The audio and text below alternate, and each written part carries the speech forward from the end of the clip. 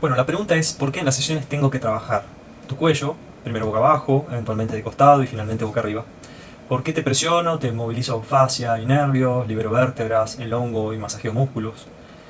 Esto lo definen los síntomas que me contás. Si alguna vez sentiste hormigueo en los brazos, dolor de cuello al girar la cabeza, debilidad en las manos al sostener objetos, mareos al cambiar de posición o incluso visión borrosa y no sabes por qué, bueno, te cuento que los bloqueos u obstrucciones vasculonerviosas en regiones como la salidera torácica, el cuello, columna cervical y región intracraneal pueden manifestarse con diversos signos y síntomas que varían según la estructura y la gravedad. Acá te presento ordenados desde los menos graves hasta los que más me relatan ustedes. Cabe aclarar acá que algunos de estos síntomas son poco probables que aparezcan aquí porque claramente irían al médico antes. Pero es importante que sepan que pueden existir y que además todos pueden convivir entre sí, o sea que pueden superponerse al mismo tiempo. Hay algunos que directamente los eliminé porque no tiene sentido alguno que los mencione porque claramente irían primero a una guardia o a un médico si los tuviesen. Bueno, síntomas como leves, hormigueo en las manos, en los brazos, en el cuello o en los hombros, especialmente al elevar los brazos. Dolor intermitente en el cuello, hombros, cabeza, que empeora con los movimientos específicos, por ejemplo, rotar la cabeza. Dolor en la parte posterior de la cabeza, asociado a trastornos del cuello y de nuca. Retención de líquido leve y cambios de coloración en la piel, un poco azulada o pálida, generalmente, o sea, en la extremidad superior claramente, pero por compresión venosa o arterial. Después moderado podríamos encontrar debilidad muscular, ya un poco más marcada en brazos y manos, con dificultad para sostener objetos, pérdida de la sensibilidad tanto de la temperatura como del dolor, siempre en las mismas regiones porque corresponden a tiras en la piel, dermatomas que inerva cada nervio. Cada nervio tiene su propio territorio. Mareos y vértigo al cambiar de posición de la cabeza, por afectación del flujo de la arteria vertebral y basilar. Esto sucede dentro del cráneo. Puede haber visión doble también, movimientos oculares involuntarios por compresión de la médula. Síntomas graves, pérdida de la coordinación o una marcha inestable, dificultad para tragar o una habla arrastrada. Bueno, ya son más graves, ya son manifestaciones que seguramente va a haber una interconsulta médica, pero puede suceder porque inclusive puede haber hasta vómito en chorro, que es un poco neurológico. Sensación de descarga eléctrica, afección en el cuello y seguramente que te lleva posteriormente a bloqueo del movimiento. Y bueno, dedos pálidos, cianóticos, azulados, que es alteración del flujo de la sangre.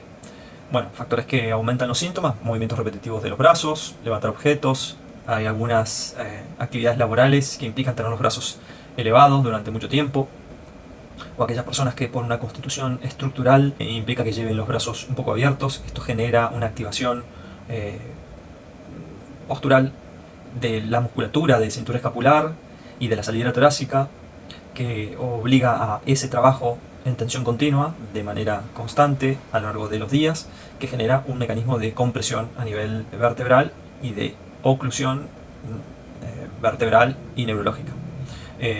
La hiperextensión del cuello también lo provoca. Entonces sabemos que los síntomas y las condiciones mencionadas pueden superponerse, pero existen características claves que permiten diferenciarlos. Aquí hay un enfoque basado en hallazgos clínicos y pruebas específicas. Entonces, para hacer un diagnóstico diferencial, cuándo es ATM, cuándo es vestibular, cuándo es biomecánico, ¿sí? Del aparato locomotor cervical o de la cintura escapular, o de la región de los brazos, y cuándo puede ser un mecanismo parasimpático del nervio vago, ¿sí? Como una respuesta del sistema nervioso central a estos mecanismos. Bueno, existen distintas pruebas. Cuando es de ATM, lo más claro es que haya dolor mandibular y que empeore al masticar o al bostezar. O sea, cuando yo solicito la articulación, chasquidos y crepitación en la articulación,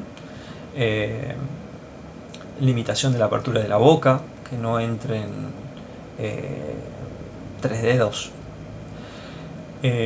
dolor de cabeza occipital que irradia hacia las sienes, y un signo exclusivo sería dolor en la palpación del músculo tanto macetero como pterioideo, digamos, son músculos de la boca.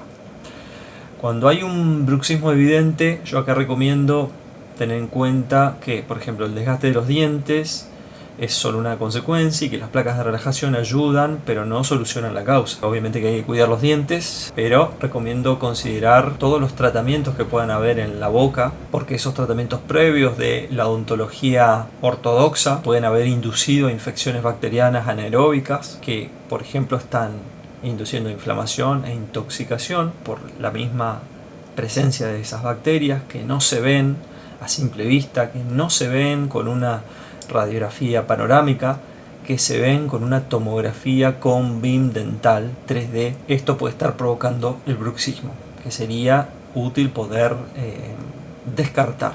Bueno, en los trastornos vestibulares, los síntomas distintivos es, bueno, el vértigo rotatorio, cuando todo te da vueltas, el nistagmo, que es el movimiento repetitivo de los ojos en horizontal o en vertical, y que puede empeorar en los cambios posturales rápidos.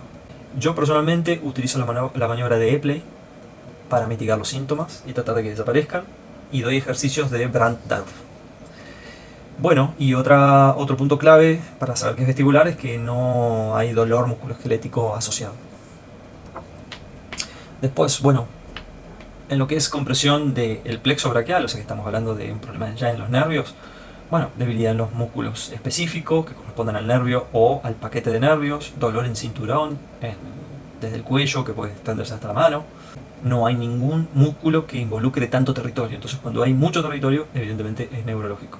Bueno, se hace el signo de Tinel para saber si hay alguna compresión, y bueno, se comprueba que haya algún malestar en dermatomas. Y bueno, un gold estándar sería una electromiografía, pero es poco probable que suceda.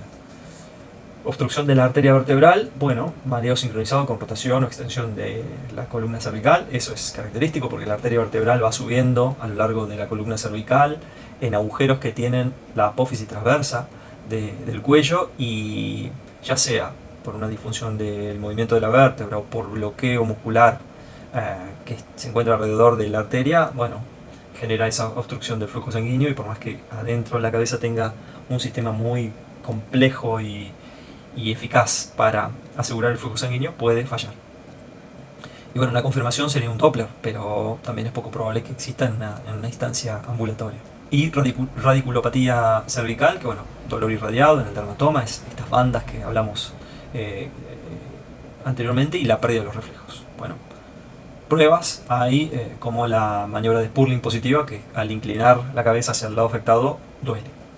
Acá les dejo una tabla comparativa que la van a poder visualizar y bueno, pueden capturar y para tener en cuenta si en algún momento tienen algún problema de esto. Los síntomas se combinan entre varias estructuras y requieren un abordaje integral si esto sucede. Acá también les voy a dejar las referencias bibliográficas sobre todo lo que les digo, y bueno, si te sentiste identificado con algo de lo que te conté, no dejes que esos síntomas avancen. Empieza a moverte, escucha tu cuerpo y toma acción para sentirte mejor. Espero que no tenga que verte por estos temas, pero si necesitas ayuda, aquí estoy. Te mando un abrazo.